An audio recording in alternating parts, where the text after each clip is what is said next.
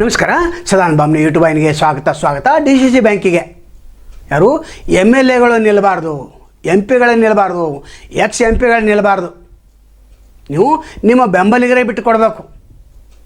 ಕಾಗವಾಡದಲ್ಲಿ ಶೀತಲ್ ಪಾಟೀಲ್ ಬಿಟ್ಟು ಕೊಡ್ರಿ, ರಾಜು ಕಾಗೆ ಅವರೇ, ಲಕ್ಷ್ಮಣ ಸವದಿಯವರೇ, ನೀವು ಇಬ್ಬರು ಕೊಡ್ಕೊಂಡು ಶೀತಲ್ ಪಾಟೀಲ್ ಅವರಿಗೆ ಬಿಟ್ಟುಕೊಡಿ. ಯಾಕಂದ್ರೆ ಪದ್ಮಾವತಿ ಶಿಕ್ಷಣ ಸಂಸ್ಥೆಯನ್ನು ನಡೆಸ್ತಾ ಇದ್ದಾರೆ. ಮತ್ತು PKPS 20 ವರ್ಷದಿಂದ ಉಗಾರ್ ಬುದ್ರಕ ಅಧ್ಯಕ್ಷ ಇದ್ದಾರೆ. ನಂತರ ಗ್ರಾಮ ಪಂಚಾಯತಿಗೆ 26 ಸದಸ್ಯರು ಅವ್ರ ಗುಂಪಿನಿಂದ ಆರಿಸಿ ಬಂದಿದ್ದಾರೆ. ಮತ್ತು ನಿಮಗೆ ಜೈನರು ಓಟ್ ಬೇಕು. ಆದರೆ ಇಂಥವ್ರನ್ನ ಗುರುತಿಸಲಿಕ್ಕೆ ನಿಮ್ಮ ಕಡೆಯಿಂದ ಆಗ್ತಾಯಿಲ್ಲ. ಮತ್ತು ಸಮಾಜ ಸೇವಕರು ಅವರು ಯಾರು ಬಂದಿರ್ತಾರೆ ಅವರಿಗೆ ಸಹಾಯ ಹಸ್ತವನ್ನು ಚಾಚ್ತಾರೆ, ಎಲ್ಲರ ಜೊತೆ ಸೌಜನ್ಯದಿಂದ ವರ್ತನೆ ಮಾಡ್ತಾರೆ. ನಂತರ ಜಾರಕಿಹೊಳಿ ಸಹೋದರರ ಬೆಂಬಲ ಕೂಡ ಅವರಿಗಿದೆ. ಆದರೆ ಅವರು ಕೂಡ ಶೀತಲ್ ಪಾಟೀಲ್ ಅವರ ಹೆಸರನ್ನು ಮುಂದೆ ಬಿಡಬೇಕು, ಅಲ್ಲಿ ಇಂಥವ್ರು ಬೆಳಿಬೇಕು. ನಂತರ ಜೈನ ಸಮಾಜದ ರಾಜ್ಯದ ಉಪಾಧ್ಯಕ್ಷರಿದ್ದಾರೆ. ಪದ್ಮಾವತಿ ಶಿಕ್ಷಣ ಸಂಸ್ಥೆ ಅಷ್ಟೇ ಅಲ್ಲ, ಅನೇಕ ಸಂಸ್ಥೆಗಳನ್ನು ಇವರು ಬೆಳೆಸ್ತಾ ಇದ್ದಾರೆ ಮತ್ತು ಬೆಳೆಸಿದ್ದಾರೆ. 55 ವರ್ಷ ಇದೆ ಇವರಿಗೆ, ಇನ್ನು ಅನುಭವ ಮಾತ್ರ ಸಾಕಷ್ಟಿದೆ. ಮತ್ತು ಸಂಘ ಸಂಸ್ಥೆಗಳನ್ನ ಯಾವ ರೀತಿ ನಡೆಸಬೇಕು ಅನ್ನೋರು PKPSದಲ್ಲಿ ತೋರಿಸ್ಕೊಟ್ಟಿದ್ದಾರೆ. ಅವರು 20 ವರ್ಷದಿಂದ ಸತತವಾಗಿ ಅವರೇ ಇದ್ದಾರೆ, ಅಂದರೆ ಬೆಳೆಸುತ್ತಲೇ ನಡೆದಾರೆ. ಇಂಥವ್ರು ನೀವು ಗಮನಿಸಬೇಕು. ಚಂದ್ರಹಟ್ಟಿ ಒಳಗೆ ಬಿಟ್ಟುಕೊಡಿದ್ದಾರೆ, ದೊಡ್ಡ ಕೆಲಸವನ್ನು ಮಾಡಿಬಿಟ್ರು. ಕಳೆದ 4-5 ತಿಂಗಳಿಂದ ನಾವು ಆ್ಯಕ್ಟಿವ್ ಆಗಿ ಖಾನಾಪುರ ತಾಲೂಕಿನಲ್ಲಿ DCC ಬ್ಯಾಂಕ್ ಚುನಾವಣೆ ನಿಮಿತ್ತ ಪ್ರಯತ್ನ ಮಾಡ್ತಾ ಇದ್ವಿ. ಅದು ಸತ್ಯ. ಸಾಕಷ್ಟು ಸೊಸೈಟಿಗಳು ಮುಂದೆ ಬಂದು ನಮಗೆ ಬೆಂಬಲವನ್ನು ಸೂಚನೆ ಕೂಡ ಮಾಡಿದರು. ಆದರೆ ಸದ್ಯದ ಜಿಲ್ಲೆಯ ರಾಜಕೀಯ ಪರಿಸ್ಥಿತಿ ಇರ್ಬೋದು ಮತ್ತು DCC ಬ್ಯಾಂಕ್ ಯಾವ ರೀತಿ ನಡೆಸಬೇಕು ಎಲ್ಲ ಒಂದು ಬ್ಯಾಲೆನ್ಸ್ ಮಾಡ್ಕೊಂಡು ಹೋಗ್ಬೇಕು ಅಂತಂತಂದ್ರೆ ನಾವು ಮತ್ತು ಜಿಲ್ಲಾ ಮಂತ್ರಿಗಳು ಒಂದು ಸುದೀರ್ಘವಾದಂಥ ಒಂದು ಚರ್ಚೆ ಕೂಡ ಮಾಡಿದ್ವಿ. ಸುಮಾರು 1 ಗಂಟೆ ಮೇಲೆ ನಮ್ಮದು ಅವ್ರದ್ದು ಚರ್ಚೆ ಆಗಿ ಸದ್ಯದ ಪರಿಸ್ಥಿತಿಯಲ್ಲಿ ನಾವು ಚುನಾವಣೆ ಕಣದಿಂದ ಹಿಂದೆ ಸರುವುದು ಸೂಕ್ತ ಅಂತ ಒಂದು ನಿರ್ಧಾರಕ್ಕೆ ಬಂದು, ಅದಕ್ಕೆ ಏನೀಗ ಜಿಲ್ಲಾ ಮಂತ್ರಿಗಳೇನು ಹೇಳಿದ್ದಾರೆ ಆ ಒಂದು ನಿರ್ಧಾರಕ್ಕೆ ನಾವು ಭದ್ರದೇವಂತ ಈ ಸಂದರ್ಭದಲ್ಲಿ ಹೇಳಕ್ಕೆ ಬಯಸ್ತೇನೆ. ಅವರ ನಾಂದೇನ ನೀವು ಲಕ್ಷ್ಮಣ ದೇವರು ನೀವು ತಿಳಿದುಕೊಳ್ಬೇಕು. ಸುರೇಶ್ ಗೌಡ ಪಾಟೀಲ್ ಇದ್ದಾರೆ ಅಲ್ಲಿ ಕುಮಟಳ್ಳಿ ಬಿಟ್ಟುಕೊಡ್ರಿ. ನೀವು ಅಣ್ಣಾಸಾಬ್ ಜಿಲ್ಲೆಯವರೇ, ನೀವು ಉತ್ತಮ್ ಪಾಟೀಲ್ ಬಿಟ್ಟುಕೊಡ್ರಿ. ಅಲ್ಲಿ ಶರದ್ ಪವಾರ ಏನು ಬೆಂಬಲಿಗರಿದ್ದಾರೆ ಅವ್ರಿಗೆ ಬಿಟ್ಟುಕೊಡಿ. ಗಣೇಶ್ ಹುಕ್ಕಿರಿ ಅವರೇ, ನೀವು ಪ್ರಭಾಕರ್ ಕೋರೆಗೆ ಬಿಟ್ಟುಕೊಡಿ. ಪ್ರಭಾಕರ್ ಕೋರೆ ಅಂದ್ರೆ ಅವರಲ್ಲ, ಹಿಂದಿನ ಪಟ್ಟಣ ಪಂಚಾಯತಿ ಸದಸ್ಯರು. ಅವರು ಕಾಂಗ್ರೆಸ್ ನಿಷ್ಠಾವಂತರು, 35 ವರ್ಷದ ಕಾಂಗ್ರೆಸ್ಸಲ್ಲಿದ್ದಾರೆ. ಅವ್ರಿಗೆ ಬಿಟ್ಟುಕೊಡಿ. ನಿಮ್ಮನ್ನು 4 ಸಲ MLA ಮಾಡಿದ್ದಾರೆ ಅವರು. ಅಥವಾ ವಿಶ್ವನಾಥ್ ವೈದ್ಯ ಅವರೇ, ನೀವೇನು ಶಾಸಕರಿದ್ದಾರೆ, ನೀವು ಬಿಟ್ಟುಕೊಡ್ಬೇಕು ನಿಮ್ಮ ಬೆಂಬಲಿಗರಿಗೆ. ಅಶೋಕ್ ಪಟ್ಟಣ ಬಿಟ್ಟುಕೊಡ್ಬೇಕು. ಚಂದ್ರಹಟ್ಟಿ ಅವರ ಏನು ದಾರಿ ಇದೆ ಅದನ್ನು ಎಲ್ಲರೂ ತಿಳಬೇಕು. ಅಂತ ಬೆಳಗಾವಿ ತಾಲೂಕಿನಲ್ಲಿ ಅಲ್ಲಿ ಸತೀಶ್ ಜಾರಕಿಹೊಳಿ ಆಶ್ಚರ್ಯವಾದಂಥ ಒಂದು ಕ್ಯಾಂಡಿಡೇಟನ್ನು ನೀವೇ ತಯಾರು ಮಾಡಿರಿ. ರಾಹುಲ್ ಜಾರಕಿಹೊಳಿ ಬೇಡ, ಅವ್ರು ಹುಕ್ಕೇರಿಗೆ MLA ಆಗಲಿ. DCC ಬ್ಯಾಂಕ್ ಏನಿದೆ ಅದು ಬೆಂಬಲಿಗರ ಕೈಯಲ್ಲಿ ಸಿಗಬೇಕು. ಒಂದು 2ನೇ ಹಂತದ ನಾಯಕರನ್ನು ಬೆಳೆಸೋರು ಯಾವಾಗ ನೀವು ಕೇವಲ ಹುಟ್ಟು ಬ್ಯಾಂಕಾಗಿ ಸೃಷ್ಟಿ ಮಾಡೋ ಸಲುವಾಗಿ ಅವ್ರನ್ನ ಕೆಲಸ ತೆಗೆದುಕೊಳ್ತಾರೆ. ಅದರ ಉನ್ನತ ಸ್ಥಾನ ನಿಮಗೆ ಬೇಕು. ರಾಜ್ಯಕ್ಕಾಗಿ ಹೇಳ್ತಾರೆ. ಅಷ್ಟ್ಯಾಕೆ ನೀವು DCC ಬ್ಯಾಂಕಿಗೆ ಒತ್ತು ಕೊಡತ್ತೀರಿ? ಹಿಂದೆ ಚುನಾವಣೆಗಳಾಗ್ತಿತ್ತು, ಮುಗಿತಿತ್ತು, ಈಗ ಅದಕ್ಕೆ ಯಾಕೆ ಮಹತ್ವ ಕೊಡ್ತಾರೆ ಅಂತ. ಅಲ್ಲಿ ಮಹತ್ವ ಐತೆ ಅಂತ ಮಹತ್ವ ಕೊಡ್ತಾರೆ. ಯಾಕಂದರೆ ಎಲ್ಲ ಸಕ್ಕರೆ ಫ್ಯಾಕ್ಟ್ರಿ ಅವರು ಲೋನ್ ತೊಗೊಂಡು ಮುನ್ಸಾತಾರೆ, ಲೇಟ್ ಮಾಡತ್ತಾರೆ ಕೊಡಲಿಕ್ಕೆ. ಅದು ಭಾಳ ಮಹತ್ವದ್ದು. ಎಲ್ಲ ಜಿಲ್ಲಾ ರಾಜಕಾರಣಿ ಹಿಡಿದು ಸಾಧಿಸ್ಬೇಕಾದ್ರೆ DCC ಬ್ಯಾಂಕೇ ಬೇಕು. ಅಲ್ಲಿ ಯಾವುದು ರಂಗನೂ ಇಲ್ಲ, ಮತ್ತೊಂದು ಏನೂ ಇಲ್ಲ. ಅದೆಲ್ಲ ನಡೆದಂಗೆ ನಡೆದೈತಿ. ನೀವು TV ಮಾಧ್ಯಮರು ಅದಕ್ಕೆ ಭಾಳ ಮಹತ್ವ ಕೊಡ್ತೀರಿ. ಅದಕ್ಕೆ ಯಾವ ದೊಡ್ಡ ಮಹತ್ವ ಇಲ್ಲ. ಇಷ್ಟು ದಿವಸ ನಾನು ತಿಳಿತಾ ಬಗ್ಗೆ ಜಿಲ್ಲಾ ಮಧ್ಯವರ್ತಿ ಬ್ಯಾಂಕಿದ ಯಾವುದು ಜಿಲ್ಲೆಯಲ್ಲಿ ಯಾವ TVಗೂ ಬರ್ತಾ ಇರಲಿಲ್ಲ, ಯಾವ ಪತ್ರಿಕಾ ಮಾಧ್ಯಮದಲ್ಲಿ ಬರ್ತಿರಲಿಲ್ಲ. ಈಗ ಏನು ಜನ ಕೌಲು ಕೊಟ್ರಂದ್ರೆ ನಿಲ್ತೇವಿ, ಬ್ಯಾಡಂದ್ರೆ ಬಿಡ್ತೇವಿ. ಯಾಕೆ ಅದಕ್ಕೆ ಅಷ್ಟು ಮಹತ್ವ ಕೊಡ್ತಾ ಇದ್ದೀವ್ರಿ? ಯಾಕೋ ನೀವು ಈಗ ನೀವ ಪತ್ರಕಾರರು ಯಾಕೆ ಅದಕ್ಕೆ ಅಷ್ಟು ಜಿಲ್ಲಾ ಮಧ್ಯವರ್ತಿ ಬ್ಯಾಂಕ್ ರಣರಂಗ ಅದೇನು ಯುದ್ಧ ಹಿಂಗೆಲ್ಲ ನೀವು ದಿನ ನೀವು TV ಹಾಕೊಡ್ತೀರ. ಅದು ಕೆಲಸನ ಇಲ್ಲ, ಬೇರೆ ಏನಂಗ ವಿಶೇಷವಾದ ಏನಿಲ್ಲ. ರಾಜ್ಯ ಮತ್ತು ಹೊರ ರಾಜ್ಯದಲ್ಲಿ ಸಾಕಷ್ಟು ಮಳೆ ಆಗಿತ್ತು ಸರ್, ಬೆಳೆ ಹಾನಿಗಳಾಗ್ಯಾವ, ಸರ್ವೆ ಆಗಿತ್ತು, ಕೊಡ್ತಾ ಇದ್ದೀವಿ. ಸರ್ವೆ ಮಾಡ್ಲಕ್ಕೆ ಮೊನ್ನೆ ಅಸೆಂಬ್ಲಿಯಲ್ಲಿ ಅಲ್ಲಿ ಇದ್ರ ಬಗ್ಗೆ ಚರ್ಚೆ ಆಗಿದೆ. ಸಾಕಷ್ಟು ಶಾಸಕರು ಅಸೆಂಬ್ಲಿಯಲ್ಲಿ ದನಿ ಎತ್ತಿದರು. ಸರ್ವೆ ಮಾಡಿ ಏನು ಯಾರಷ್ಟು ಹಾನಿ ಆಗಿದೆ ಎಲ್ಲ ದುಡ್ಡನ್ನು ಕೊಡ್ತಾ ಇದೀವಿ. ಬೂತು ಹೆಸರು ಸಾಕಷ್ಟು ಎಲ್ಲಾ ಕಡೆ ಸರ್ವೆ ಮಾಡಿ ಕೊಡ್ತೀವಿ. ಬಹಳ ವಿಳಂಬ ಆಯ್ತು ಸರ್. ಕೊಡ್ತೇವೆ ಸರ್ವೆ ಆಗಿ ಒಂದು ಫೈನಲ್ ಮಾಡಿ. ಪ್ರಕರಣಗಳು ದಿನದಿಂದ ದಿನಕ್ಕೆ ಹೆಚ್ಚಾಗ್ತದೆ. ಅದೇ ಈಗ ಇಲ್ಲಿ ಮಾತಾಡಿದ್ದೀನಿ ನಾನು. ಈಗಾಗಲೇ ನಮ್ಮ DSP ಸಾಹೇಬರು, PSI ಸಾಹೇಬರು ಎಲ್ಲ ಮಾತಾಡಿದ್ದೀನಿ. ಪೆಟ್ರೋಲಿಂಗ್ ಮಾಡಿ ಅದಕ್ಕೆ ಅವ್ರು ಹೇಳಿದ್ದೀನಿ. ಇನ್ನೊಂದು ಚಂದ್ರ ಶೆಟ್ಟಿಹೊಳಿ ಅವರು ಎಲೆಕ್ಷನ್ ನಿಂತಿರ್ತಾರೆ, ಬಾಲಚಂದ್ರ ಜಾರಕಿಹೊಳಿ ಅವ್ರ ಜೊತೆ ಸೇರ್ಕೊಂಡು ಈಗ ಚುನಾವಣೆಯಿಂದ ಹಿಂದೆ ಸರಿಯಾರು ಸರ್. ನೋಡ್ರಿ, ಉನ್ನತ ಮಟ್ಟದ ಚರ್ಚೆಯಲ್ಲಿ ಏನಾದರೂ ಆಗಿರಬೇಕು. ನನಗೂ ಮಾಹಿತಿ ಇಲ್ಲ. ನಾ ಮಾಹಿತಿ ಇಲ್ಲದ ಇಲ್ಲಿ ನಿಮ್ಗೆ ಏನು ಹೇಳಕ್ ಆಗೋದಿಲ್ಲ. ನನಗೆ ಕೆಲವು ಜನ ಇದಾರು.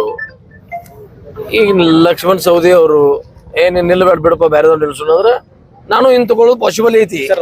ಆಮೇಲೆ ನಾಳೆ ಮುಖ್ಯಮಂತ್ರಿ ನೀ ಜಿಲ್ಲಾ ಮಧ್ಯವರ್ತಿ ಬ್ಯಾಂಕ್ ನಿಲ್ಬೇಡ ಬಿಡ ಮತ್ತೊಮ್ಮೆ ನಿಲ್ಸ್ತೇವೆ ಅಂದ್ರೆ ನಾವು ಅದಕ್ಕೆ ಹೈಕಮಾಂಡ್ದವ್ರ ಏನಾದ್ರು ಹೇಳಿದ್ರೆ ಅದಕ್ಕೆ ಈಗ ಸತೀಶ್ ಜಾರಕಿಹೊಳಿ ನನಗೂ ಹೇಳ್ರಂದ್ರೆ ರಾಜು ನಾನು ನಿಲ್ಬೇಡ ಅಂದ್ರೆ ನಾನು ನಿಲ್ಲಂಗ. ನೀವು ಹೇಳಿದ ಬಳಿಕ ನನ್ನ ಗಮನಕ್ಕೆ ಬಂದೈತಿ. ಅದ್ರ ಬಗ್ಗೆ ಸೂಕ್ತವಾದ ಕ್ರಮವನ್ನು ತಗೋತೀವಿ. ಆ DC ಬ್ಯಾಂಕ್ದಾಗ ಯಾರು ಗೆಲ್ತಾರೆ ಅವರ ಚುಕ್ಕಾಣಿ ಹಿಡಿತಾರೆ. ಜಿಲ್ಲಾದ್ದು 18 ಶಾಸಕರು ಕೂಡ ಅದ್ರ ಮೇಲೆ ಕಣ್ಣಿಟ್ಟಿದ್ದಾರೆ. ಆದರೆ ಈ ಬಾರಿ ಶಾಸಕರನ್ನು ಬೇಡ, ಮಂತ್ರಿಗಳನ್ನು ಬೇಡ, ಮತ್ತು MP ಗಳನ್ನು ಬೇಡ. ಯಾಕಂದ್ರೆ MP ಅನಸಬ್ ಜೋಲೆ ಇದ್ದಾರೆ.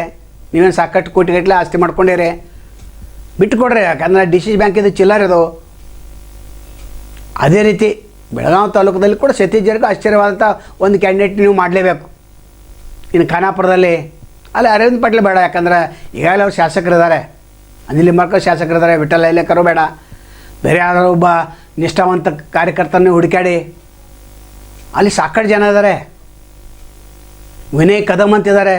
ಅವ್ರು 25 ವರ್ಷದಿಂದ ಕೆಲಸ ಮಾಡ್ತಾಯಿದ್ದಾರೆ. ಅವರು ಸಮಾಜ ಸಂಘಟನೆಯಲ್ಲಿ ದೊಡ್ಡ ಪಾತ್ರವನ್ನು ವಹಿಸ್ತಾ ಇದ್ದಾರೆ. ಏನು ರಾಜನ ಅಂಕಲಿಗೂ ಬೇಡ. ಯಾಕಂದ್ರೆ 4 ಸಲ. ಇನ್ನು ಡವಣ್ಣವರ ಅವರು ಬೇಡ. ಮಲ್ಲಪ್ಪ ಯಾದವಾಡೋ ಬೇಡ. ಯಾಕಂದ್ರೆ MLA ತಮ್ಮ ಅವರು ಬೇಡ. ಇಲ್ಲಿ ಮುಖ್ಯವಾಗಿ ವಿಷಯ ಅಂತಂದರೆ, ಇವತ್ತಿನ ವಿಷಯ ಅಂತಂದರೆ, ಕಾಗವಾಡಕ್ಕೆ ಶೀತಲ್ ಪಟೇಲ್ ಅವರು DCC ಬ್ಯಾಂಕ್ ನಿರ್ದೇಶಕರು ಆಗಬೇಕು. ಇದು ಜೈನರ ಬೇಡಿಕೆಯೂ ಇದೆ. ನಂತರ ಆ ಭಾಗದ ಬೇಡಿಕೆಯೂ ಇದೆ. ನಂತರ 26 ಏನು ಗ್ರಾಮ ಪಂಚಾಯತ್ ಸದಸ್ಯರು ಅಷ್ಟೇ ಅಲ್ಲ, ಆಜುಬಾಜು ಏನು ಗ್ರಾಮ ಪಂಚಾಯತಿ ಇವ್ರ ಬೆಂಬಲಿಗರು ಸಾಕಷ್ಟು ಜನ ಇದ್ದಾರೆ. ಮತ್ತು ಶಿಕ್ಷಣ ಪ್ರೇಮಿಗಳು ಹೌದು. ಮತ್ತು PKPSನ್ನು ಬೆಳೆಸಿದವರು DCC ಬ್ಯಾಂಕ್ ಅದನ್ನು ಬೆಳೆಸ್ತಾರೆ. ಯಾಕಂದರೆ ಎಲ್ಲ ಅನುಭವ ಇದೆ ಅವರಿಗೆ.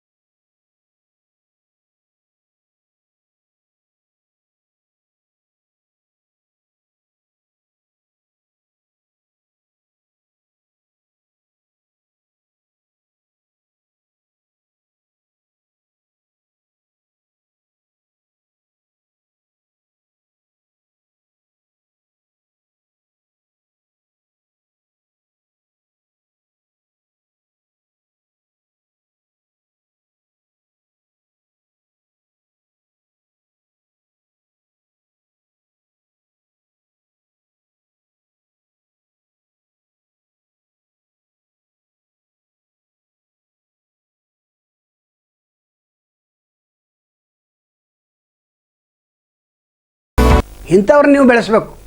ಎರಡನೇ ಹಂತದ ನಾಯಕರು ಇವರು. ಎಂದೋ MLA ಆಗಬೇಕಾಗಿತ್ತು ಇವರು, ಯಾಕೆ ಹಿಂದೆ ಬಂದ್ರೆ ಗೊತ್ತಿಲ್ಲ. ಅಂದ್ರೆ ಇಂಥ ಶೀತಲ್ ಪಾಟೀಲ್ ಅಂಥವ್ರನ್ನ ನೀವು ಗುರ್ತಾ ಇಡಬೇಕು. ಇವರಷ್ಟೇ ಅಲ್ಲ, ಈಗಾಗಲೇ ಹೇಳಿದಲ್ಲ 7-8 ಜನರ, ಇನ್ನೂ ಸಾಕಷ್ಟು ಜನ ಇದ್ದಾರೆ. ದೊಡ್ಡ ಗೌಡ್ರೆ, ಕಿತ್ತೂರನ್ನು ನೀವು ಬಿಟ್ಟುಕೊಡಿ, ಯಾಕಂದ್ರೆ ನೀವು ಶಾಸಕರಾಗಿದ್ದೀರಿ ಈಗಾಗಲೇ. ಬೇಡ, ಇನ್ನೊಬ್ಬರಿಗೆ ಅವಕಾಶ ಮಾಡಿಕೊಡ್ಬೇಕು ನೀವು.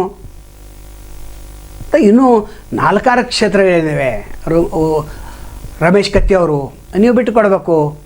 ನಿಮ್ಮದು ಬೆಂಬಲಿಗ ಪವನ್ ಕರಗಲ್ಲಿ ಇದ್ದಾರೆ, 2ನೇ ಹಂತದ ನಾಯಕರು. ನಿಮ್ಮ ಪ್ರತಿ ಚುನಾವಣೆಯಲ್ಲಿ ಅವರು ಬೆಂಬಲಿಗ ಆರ್ಕೆ ಪಟ್ಲಿದ್ದಾರೆ. ಇನ್ನೂ ಎಷ್ಟು ಬೇಕು? ಸಾಕಷ್ಟು ಜನ ಇದ್ದಾರೆ. ಪ್ರತಿಯೊಂದು ಕೇಸಲ್ಲಿ 8ರಿಂದ 10 ಜನ ನಿಮ್ಮ MLA ಮಾಡ್ಕೋತ ಬಂದಿದ್ದಾರೆ. ನೀವೇನೋ ಅವ್ರಿಗೆ ಗಂಟಿನೇ ತೋರಿಸ್ಕೋದು ಬಂದಿರಿ, ಏನು ಕೊಡ್ತಾನೇ ಇಲ್ಲ. ಏನೋ TP ಮತ್ತು ZP ಮಾಡ್ತಾರೆ, ಅಲ್ಲಿ ಅವ್ರು ಪಾಪ ತಮ್ಮ ಶಕ್ತಿ ಮೀರಿ ಪ್ರಯತ್ನ ಮಾಡಿ ಅವ್ರು ಆರ್ಚಿ ಬಂದಿರ್ತಾರೆ. ನಮ್ಮನ್ನ ಬೆಂಬಲಿ ಅಂತ ನೀವು ಹೇಳ್ಕೊತ ಕೊಡ್ತೀರಿ. MLA ನೀವೇ ಆಗ್ಬೇಕು, ಮತ್ತು ಅವ್ರು ನಿಮ್ಮ ಬೆಂಬಲಿಗೆ ಅನ್ಸ್ಕೋಬೇಕು. ಮತ್ತು 2ನೇ ಹಂತದ ನಾಯಕರು ಕೂಡ ನೀವು ವಿಚಾರ ಮಾಡ್ಬೇಕು, ನಾನು ಯಾಕೆ ಬೆಳಿಬಾರ್ದು ಅಂತೇಳಿ. ಸ್ವಲ್ಪ DCC ಬ್ಯಾಂಕಿಗೆ ಈ ರಾಜಕಾರಣಿಗಳೇನು ಬಾಲಚಂದ್ರ ಜಾರಕಿಹೊಳಿ ಅವರು ಗೋಕಾಕದಿಂದ ಬೇರೆ ಅವ್ರನ್ನ ನಿಲ್ಲಿಸುವಂಥ ಪ್ರಯತ್ನವನ್ನು ಮಾಡಬೇಕು. ರಮೇಶ್ ಜಾರಕಿಹೊಳಿ ಅವರು ಕೂಡ ಏನು ಕಾಗವಾಡಕ್ಕೆ ಮಾತನಿಗೇನು ಹೇಳಿದಾರಲ್ಲ ಕ್ಯಾಂಡಿಡೇಟ್, ಅದನ್ನು ಬಿಟ್ಟು ಬಿಡ್ಬೇಕು ನೀವು. ಯಾಕಂದರೆ ಈಗಾಗಲೇ ಲಾಭ ಉಂಡವರೇ ಇದ್ದಾರೆ. ಯಾಕಂದರೆ MLA ಮಗ ಅವ್ರು ಬೇಡ, ಶೀತಲ್ ಪಾಟೀಲ್ ಇದ್ದಾರಲ್ಲ ಅವ್ರು ನಿಮ್ಮ ಬೆಂಬಲಿಗರನ್ನೇ. ಇಂಥ ಒಂದು 7-8 ಜನ ಏನು ನಿರ್ದೇಶಕರಿದ್ದಾರೆ, ಅವರು ಬಂದರೆ DCC ಬ್ಯಾಂಕ್ ಮತ್ತಷ್ಟು ಬೆಳಿತೈತೆ. ಅದು ನೀವು ಮಾರ್ಗದರ್ಶಕರಾಗ್ರಿ, ಕೋರಿಯವ್ರ ಮಾರ್ಗದರ್ಶಕರಾಗ್ರಿ, ಕೌಟಿಮಠ ಮಾರ್ಗದರ್ಶಕರಾಗ್ರಿ, ಉಮೇಶ್ ಕತ್ತಿ ಅವರು, ಸೌದಿ ಅವರು, ಸತೀಶ್ ಜಾರಕಿಹೊಳಿ ಅವರು, ಬಾಲಚಂದ್ರ ಜಾರಕಿಹೊಳಿ ಅವರು, ರಮೇಶ್ ಜಾರಕಿಹೊಳಿ ಅವರು, ಇವರೆಲ್ಲ ಕೂಡ ಒಂದು ಮಾರ್ಗದರ್ಶಕ ಮಂಡಳಿ ಮಾಡಿರಿ. ಅದರ ನೇತೃತ್ವದಲ್ಲಿ ಇವ್ರನ್ನ ಆಯ್ಕೆ ಆಗಲಿ.